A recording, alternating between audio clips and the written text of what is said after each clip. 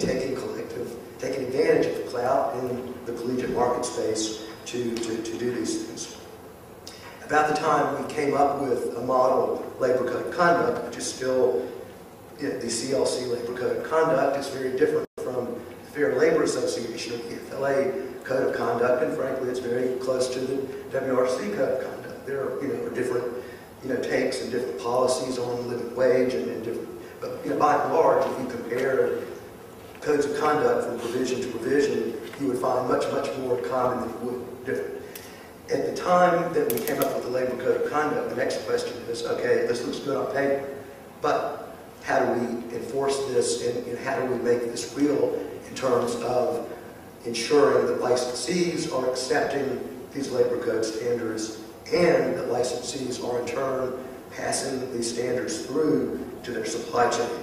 And we could have created the wheel ourselves. We could have gotten universities together to create a university-specific system. But at the time we were approached by the Fair Labor Association, and you may be familiar with the FLA. It was a Clinton administration initiative back in the mid-90s that sought to bring together various constituencies, including businesses, including governmental organizations, even at the time labor organizations, to try to do in the private sector what was not really being done as a matter of law and as a matter at the federal and at the governmental levels.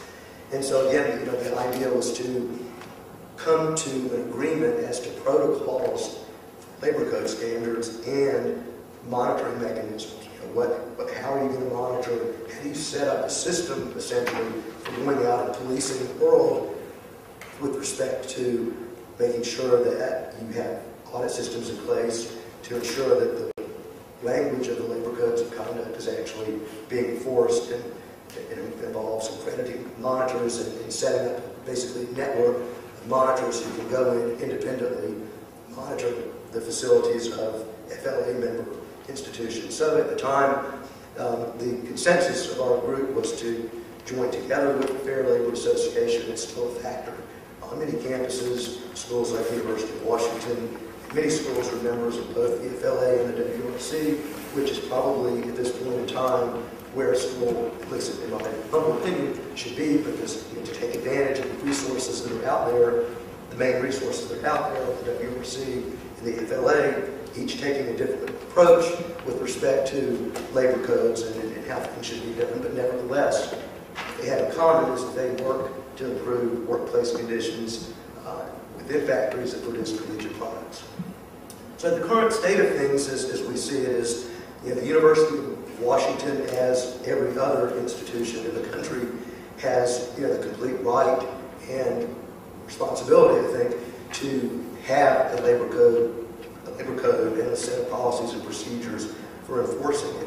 What we seek to do is to try to bring some sanity to this and some coherence and some consistency, some harmony and some uniformity, because again, we believe, as we did 10 years ago, that the best approach is for schools to work together collectively to work with their basic licensees to improve workplace standards over time.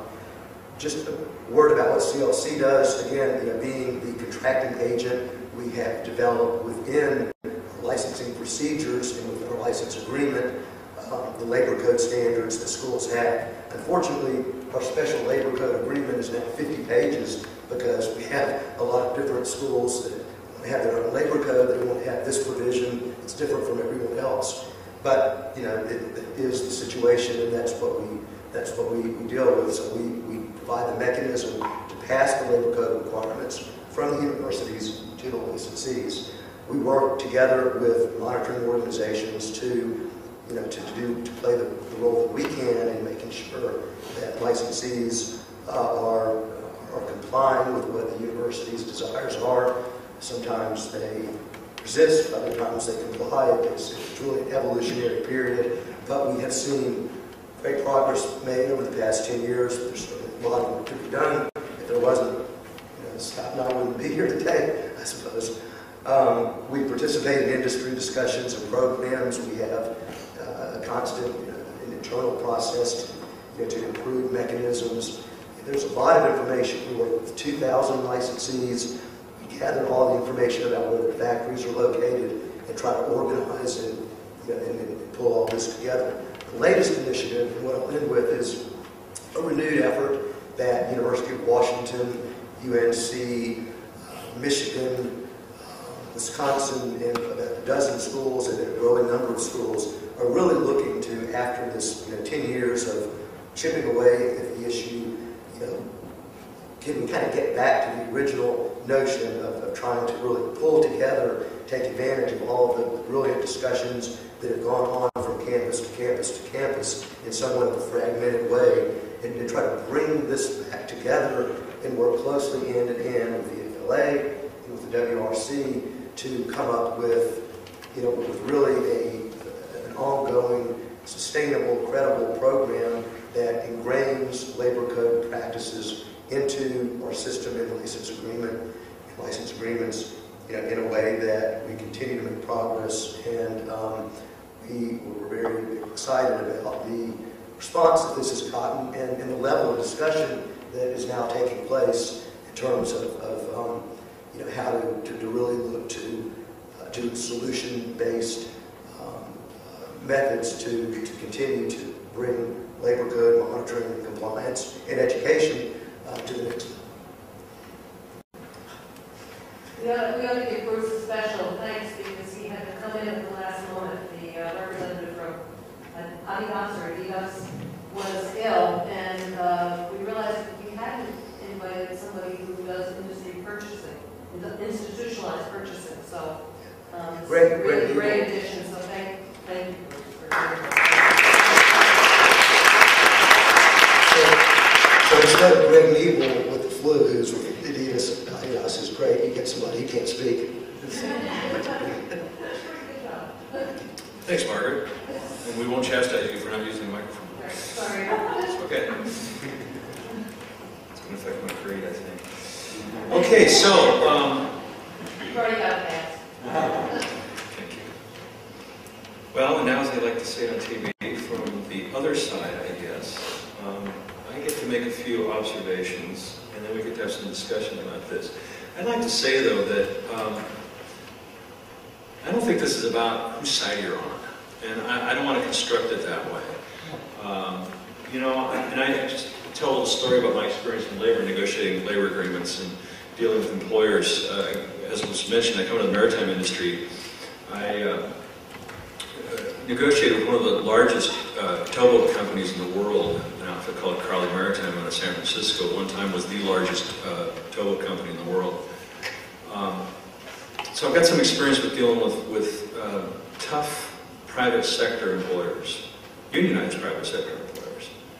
And this kind of, I think, dovetails into the question I originally raised, which was why don't we have any union employers involved in this process? I'll try to keep the point clear here if I can, but I get into these negotiating sessions with negotiating committees, members that were active, and some frankly had an axe to grind. Some folks were just trying to make it better. Some were interested in the process. And inevitably, you'd get some folks that would start going on in our private conversations about how rotten the employer was. The bastards, they're just rotten. And I try to tell them, that's kind of not the point. Whether they're good employers or they're bad employers.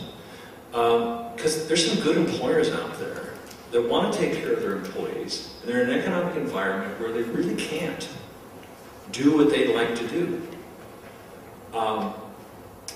And sometimes that would work and sometimes it wouldn't. But it also, in dealing with employers, I deal with, at times, with some pretty terse conversations, especially in terms of when we were trying to organize workforces, where you get some employer groups would say, all your unions are worried about our members.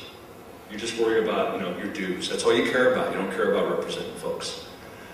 And, there's times when I would be in a negotiating environment where I'd be a little bit irritated with an employer that was trying to tell us how good they were when they weren't being good. And I'd say, you may think that your product here is providing, what you do, your business purpose is providing, in this case, services of towing services in maritime. But what your job really is to make money. Because as